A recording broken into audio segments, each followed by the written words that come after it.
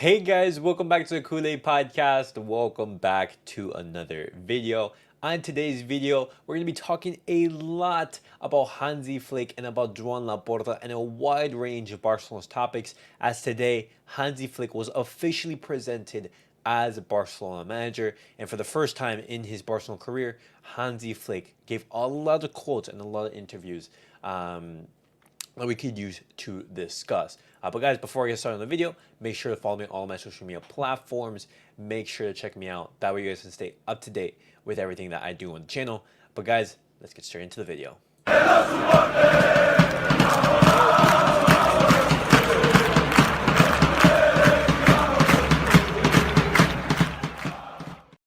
But all right, guys, let's basically look at Joan Laporta's words, as he started the presentation of Hansi Flick, the president he usually talks about, the signing of the new manager, and this is what he had to say in regards to Hansi Flick. And he says, Flick must fight and compete to win all the competitions. He already knows that. And right there you see that Joan Laporta is putting some very, very big expectations on Hansi Flick's shoulders. And Joan Laporta, he also talks about Xavi, and he says, as president, we have to put Barcelona's interests before any other situation. Barca is above all. Xavi has written the history of this club in gold. It was time to give it a new impetus. This change had to be made. I want to thank Xavi for his work. He took the reins at a very difficult time and he bet on the youngsters. Last season didn't go as we expected and we had to give that boost. And I've said it time and time before on the channel, guys. The way that Joan Laporta managed Xavi's departure was an absolute mess. The way that Xavi, he wanted to leave, then he decided to stay. Joan Laporta approved that. They announced it. And then Joan Laporta made a huge 180. Apparently, only after some words in the press conference. It was not professional, and the way things ended. But Xavi's decision, to depart as Barcelona manager, it was the correct one, because Barcelona, they basically reached the ceiling under Xavi. We just needed a new change, and Joan Laporta is betting on Hansi Flick to be that change. And returning back to Hansi Flick, he says, we are at your disposal. We are all going with the same objective. We want to give back the enthusiasm to the Barcelona fans. We are very confident in you. And right there, Joan Laporta, he's giving the trust to Hansi Flick. And so far, Hansi Flick, he is being given the power, so saying, hey, what signings are you looking for? What type of profiles do you want? And you have complete control over who stays and who leaves. But Joan Laporta, he continues, and now he talks about Barcelona's financial situation. And he says, the economic issue is much better than it was. We have gone from saving the club to recovering it. Today, Barca can face the signings you are talking about, partly thanks to the patience of members and fans. We're prepared to face any operation. In a few days, we will give positive news. On the issue of Nike, we are in negotiations that improve Barca's position in this regard, and we are very satisfied. We will have news in the middle of the term. And right there, could he possibly be hinting, on the Nike deal being, almost done, and talking about the positive news, Nico Williams to Barcelona? Could that be the positive news that he's talking about? Because as we all know, guys, the issue with Nico Williams and with any other signing really is that Barcelona right now, even though they're close to agreeing personal terms and everything like that with the players, Barcelona, they still don't have the FFP margin, and they just don't have the fee to absolutely pay it. And this is where Nike and all those sponsorship deals are coming into play. But Barcelona, they have to finish those deals before we are able to actually move and sign those players that we want. But now, guys, talking about the big man, we have to talk about Hansi Flick, because, oh wait, the last thing about Joan Laporta in regards to Flick, he says, why did you sign Flick? He said, the decision was made after Deco and Bojan's meeting with Flick. It was seen that he had the qualities to coach Barca.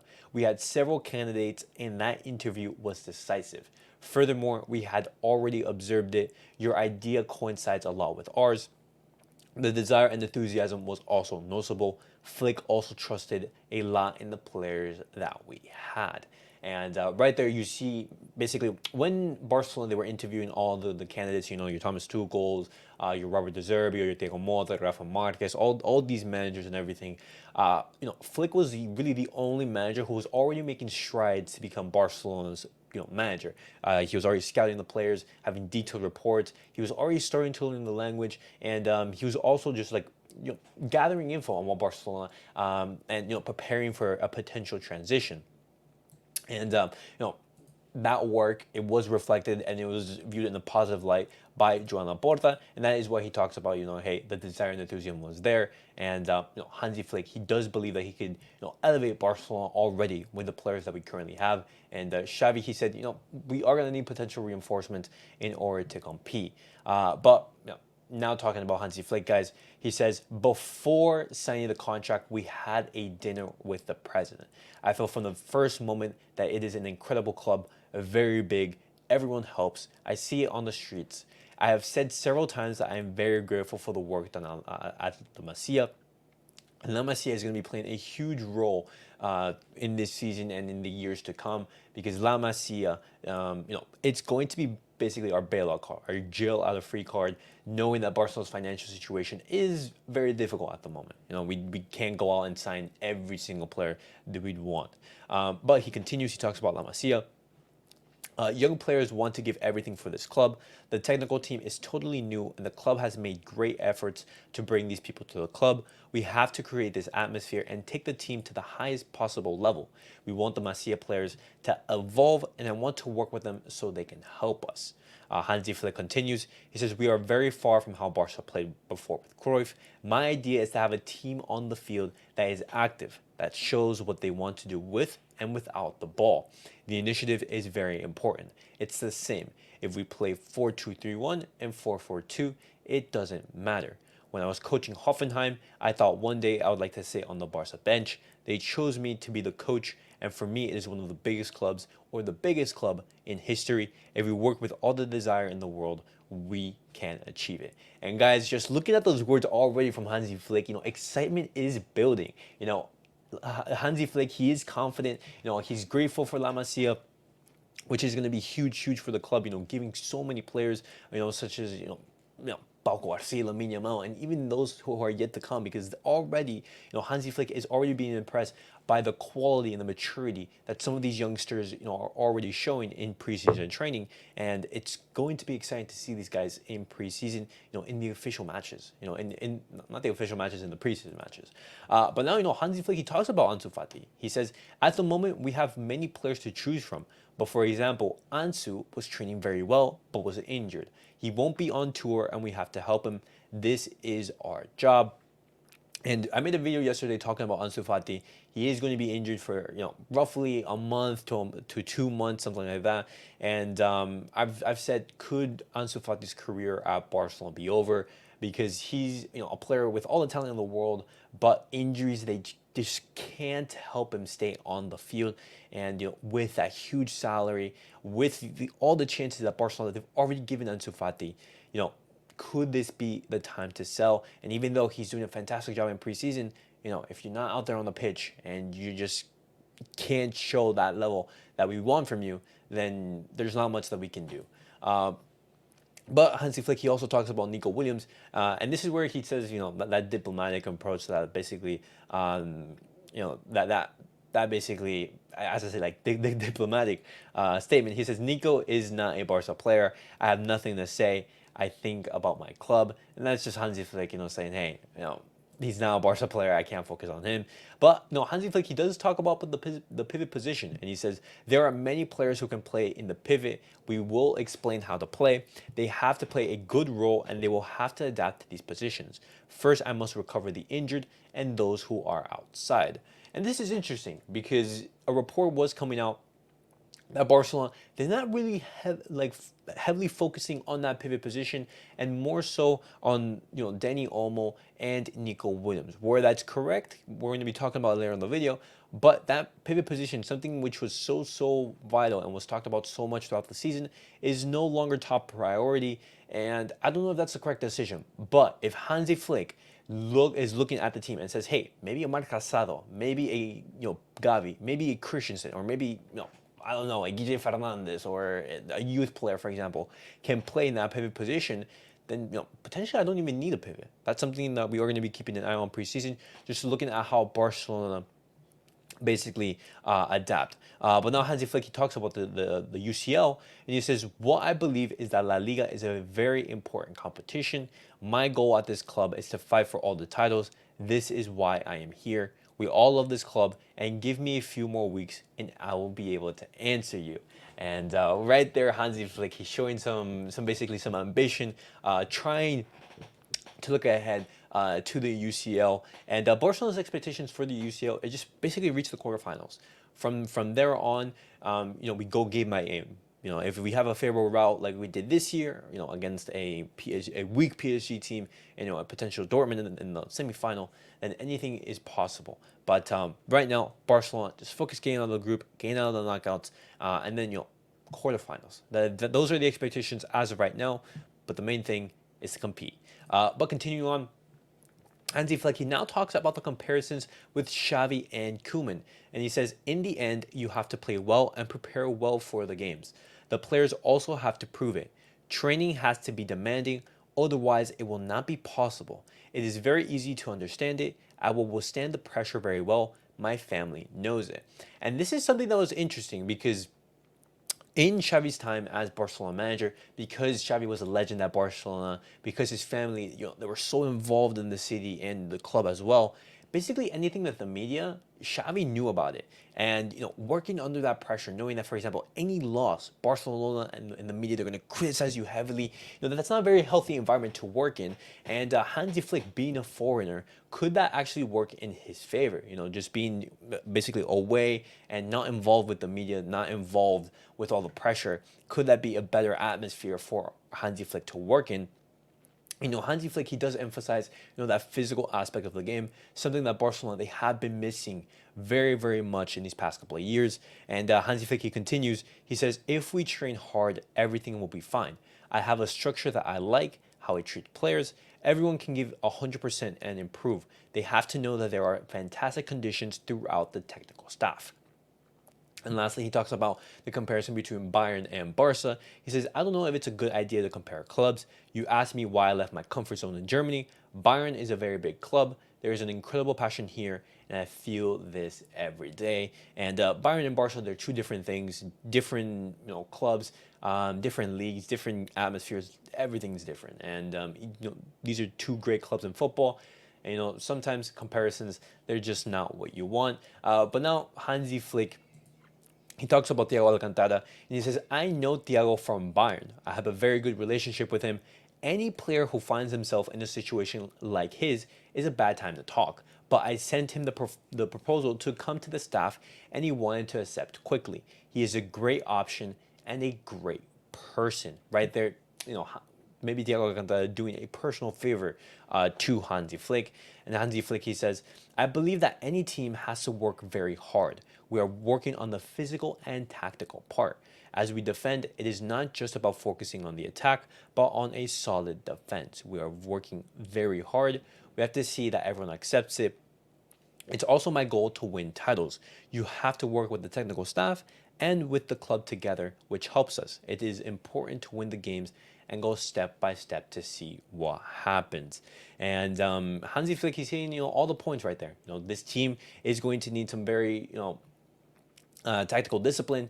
It's going to need to work very defensively. It's going to need to work defensively. And, Thiago Alcantara, an ex-footballer who can basically mentor those young players, mentor, your Pedris, your Gavis. And that's actually something that Hansi Flick has, basically asked of Thiago. It's to basically shadow and help Pedri and Gavi specifically. Because, Thiago Alcantara, a fantastic player who can basically be a mentor to both of them. But now also, Hansi Flick, he talks about Sergio Roberto. And he says, I think he is not a player for Barca right now. And I've talked about it before. Sergio Roberto, it seems his Barcelona's career is 100% over. And Sergio Roberto, he's decided not to wait for Barcelona anymore. And he's, evaluating other offers. And, when is that going to be, when is that Sergio Roberto farewell going to be? Is it going to be maybe in the Joan Gamper Trophy? I don't know, because a servant like Sergio Roberto, he needs to go out through the big door. Let's actually, send off our basically our legends. But not because Sergio Roberto's not really a legend, but are faithful servants to the club in a very, very good manner. I think that's the professional thing to do.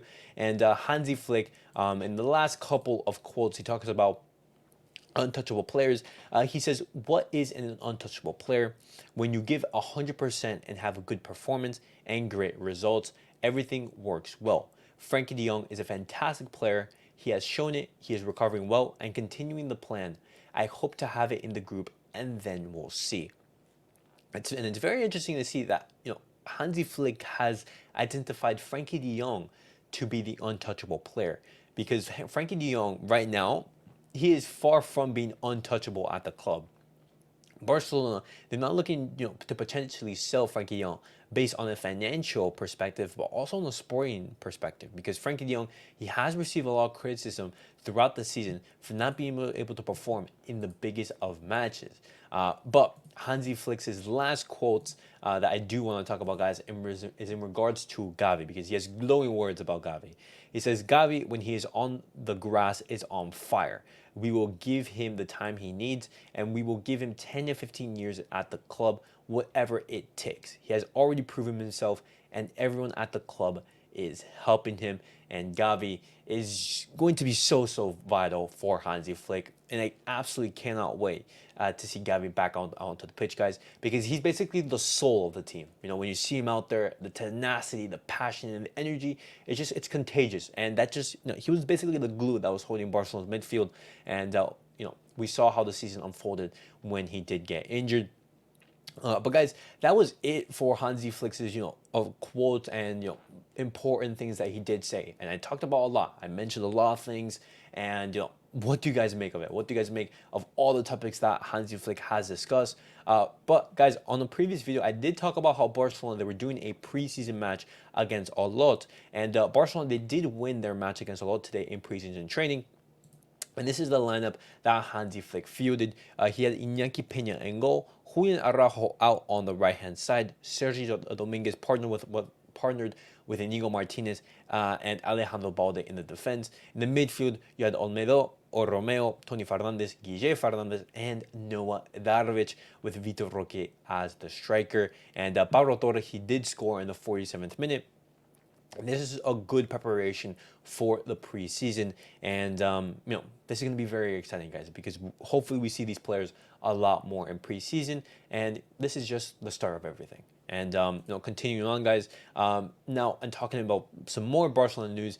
I want to be talking about Dani Olmo, guys, because right now Manchester City have made an offer for Dani Olmo, but as I've told before on the channel, Dani Olmo, just like Nico Williams, prefers Barcelona. But there are talks scheduled between Barca and Olmo's camp in these next upcoming weeks. But the situation remains the same. Barcelona need to finalize those sponsorship deals. And in regards to Dani Olmo, Barcelona, they are going to have to sell, because Barcelona, they also are looking to complete the Nico Williams operation. And both of the two signings, it's just not going to be really realistic. But something that I did want to talk about, guys, is Barcelona making a mistake going after Dani Olmo? Because right now, a report came out from The Athletic saying that Julian Alvarez, he wants to leave Manchester City, and the price tag that is being reported for Julian Alvarez is currently £60 million with £70 million in add-ons. And looking at how Barcelona, they have an aging Robert Lewandowski, and they have a Vitor Roque whose future is uncertain at the club, and potentially not counted on. Julian Alvarez could be that striker replacement and that striker that Barcelona needs, for the next upcoming years. And so, do we really want to spend 60 million euros, the money that could be spent on a Julian Alvarez, or even a Martin Subamendi, who that's his release clause at Real Sociedad, when we already have players, for example, that fit Dani Olmo's profile, such as Fermin Lopez, such as Gavi, such as Gundogan, and even maybe a Noah Darovic. There's a lot of players who can play in that Dani Olmo position, and could it be better to go after a potential Julian Alvarez who is looking to leave Manchester City, knowing that he's looking for more playing time, or a potential Martin Subamendi? That's a question I did want to pose to you guys. But guys, that was it for the Barcelona news of the day. It is a long video. I wanted to separate them, but the thing is, all the topics were in regards to Hansi Flick's official presentation. So I thought, you know what? Let me just make one video and just have it a little bit longer. But guys, what do you guys make of everything that I discussed on today's video? I know that I have talked a lot, but let me know your thoughts down below in the comments. And as always, guys, make sure to like, subscribe, and comment. And I'll see you guys all in the next video. Peace out, guys.